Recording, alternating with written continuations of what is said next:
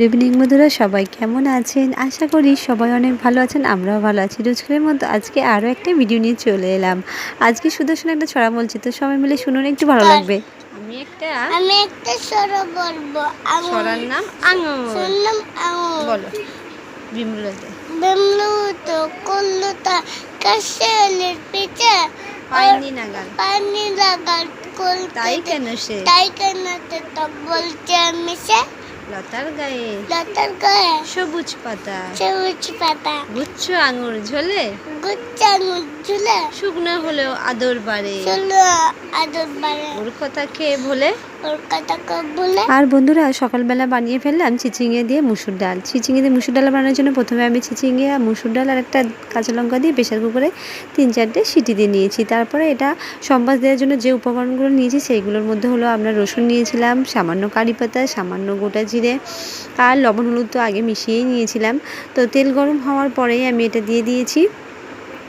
তেল গরম যখন হয়ে এসছে তার মধ্যে আমি যে ডালটা সাঁতরে রেখেছিলাম লবণ হলুদ দিয়ে, সেটাই আমি দিয়ে দিলাম বন্ধুরা। সাথে বললাম যেগুলো দিয়েছে, এই যে কারি পাতা, লবণ, সামান্য গোটা জিরে, আর তেলটা গরম হয়ে গেছে, এখনই আমি সম্বাসে দিয়ে দেব। তো বন্ধুরা, যারা চিচিঙে এভাবে সবজির সাথে খেতে চান না, তো তারা ডাল দিয়ে এভাবে খেতে পারেন অনায়াসে। আশা করি সবার ভালো লাগবে, আমাদের তো বেশ লাগে। তো আপনারা এভাবে খেয়ে দেখবেন, ভালোই লাগে। তবে এক্ষেত্রে আমি প্রেশার কুকারে করেছি একটু তাড়াতাড়ির জন্য। তো এক্ষেত্রে আপনারা চাইলে কড়ার মধ্যেও করতে পারেন। তো কড়ার মধ্যে করলে বেশি স্বাদ হয়, আর প্রেশার কুকারে যেহেতু করেছি এটা অনেকটাই চিচিঙাগুলো গলে গিয়েছে। তো যাই হোক, আমার বাচ্চাদের জন্য অনেক সুবিধা হয়েছে।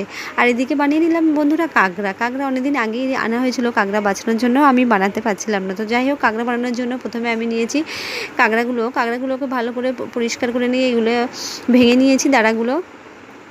তারপরে এগুলোকে লবণ হলুদ দিয়ে আমি ভেজে নিয়েছি, আর মশলা দিয়েছি রসুন, গরম মশলা, ধনে, জিরে আর সামান্য একটু গরম মশলা। তো এইগুলো দিয়ে ভালো করে নেড়ে ছেড়ে নিয়েছি। তারপরে আলু সিদ্ধ করে আমি প্রেসার কুকারে এটা দিয়ে দিয়েছিলাম, যাতে গ্রেভিটা একটু গাঢ় হয়। আর কাঁকড়াগুলো কীভাবে পরিষ্কার করেছি এই দেখে শুনুন বন্ধুরা, আমি দেখাই।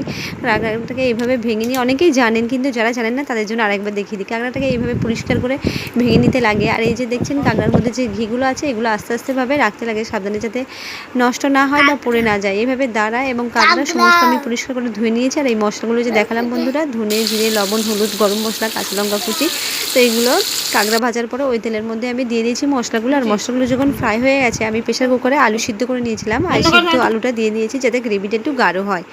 তো এইভাবে আমি বানিয়ে নিয়েছি যাতে রান্নাটা তাড়াতাড়ি হয়। ঠিক আছে বন্ধুরা, আজকে ভিডিও আর ডিটেলসে যাব না। তো এইভাবে আজকে রান্না করলাম ডাল আর কাঁকড়ার তরকারি। তো ভালো লাগলে ভিডিওটা অবশ্যই একটা লাইক করবেন, কমেন্ট করবেন, ফলো করবেন আর আমাদের পাশে থাকবেন। তো এখন দেখছেন ত্রিপুরা নিবাসী ব্লগ। যারা আমার ইউটিউব থেকে দেখছেন এজি নাইস ওয়ান, আর যারা আমার পেজ থেকে দেখছেন ত্রিপুরা নিবাসী ব্লগ, ভালো লাগলে অবশ্যই লাইক করবেন। Thank you, tata, bye bye, good night.